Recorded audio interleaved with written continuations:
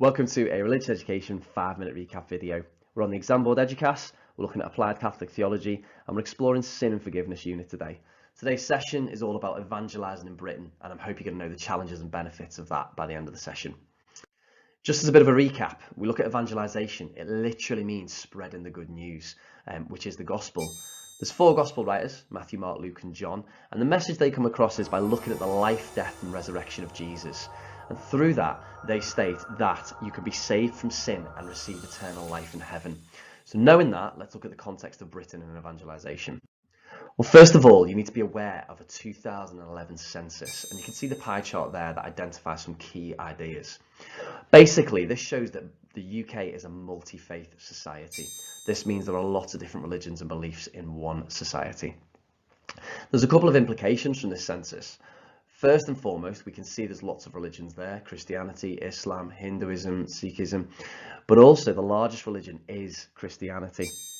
The second largest religion, Islam, but interestingly, there's an increase in the number of non-religious people as well, so atheists and agnostics, and that's going to have implications on the challenges and benefits for evangelisation. Some of the benefits of multi-faith Britain. Well, having loads of religions increases your understanding and tolerance between people. It also means that people's experiences can be increased. You have lots of ideas of different cultures, different festivals, different traditions that you can enjoy. And finally, it can help you to understand different people's viewpoints, and this reduces prejudice and discrimination, so judging others or treating them differently because of their beliefs or background. However, there are challenges. Some of them include increasing tension and violence and arguments between different groups if you don't agree. People, they may not want to hear the beliefs or views of others, and again, this can increase tension and arguments. And finally, those smaller groups or those smaller religions, they might be ignored or even discriminated against. This leads to some big issues. Now, some of the issues, they can include things such as conversion. So trying to make people believe in your religion could cause offence or even tension. There's issues around interfaith marriages, and this is the idea that when two people get married, what religion do you kind of follow or go through with? And this can cause conflict between families and communities.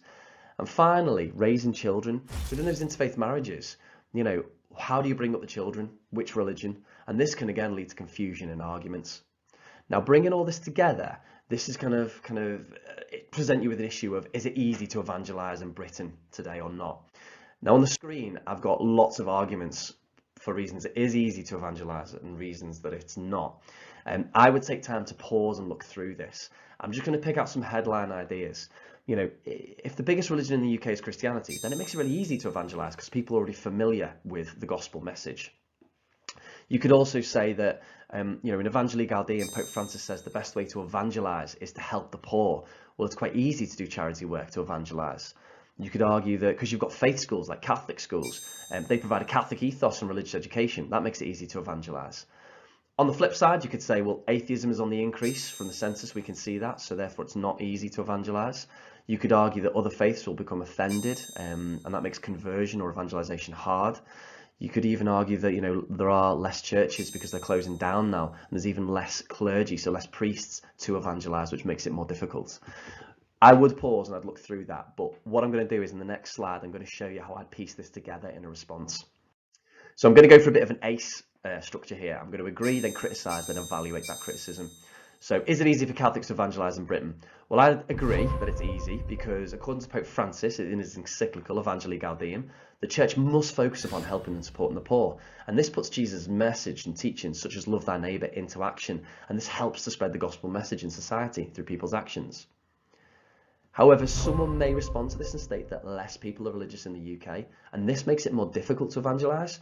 For example, in the 2011 census, it states that non-religious belief is up at 25%, and this means less people will care about the gospel message and not even realise that charity is putting Jesus' message into action. However, I would counter this by arguing that since the number of less religious people is increasing, this actually means there's more opportunities for new evangelisation because more people either haven't heard the gospel or they've forgotten it. Also, even though 25% of the UK identify as non-religious, the largest religion is still Christianity, meaning it's easy for Catholics to evangelise because more people are familiar with the gospel message. And what you can see, I've tried to piece together there kind of a paragraph if I was responding in a D style. I've agreed, I've backed it up with some evidence and key terms that I've put in bold. I've then criticised, so I've acknowledged I disagree with myself, but then I've evaluated that criticism, I've shut it down, and that's a good structure for you to follow for a D style. Now have a look down the checklist, have a look, see if you can link some of these key points to the benefits and challenges of evangelising in Britain. If you can do that, you've been successful. Want to push yourself a little further? Try some of these example questions. Whatever you get up to, good luck and thanks for listening.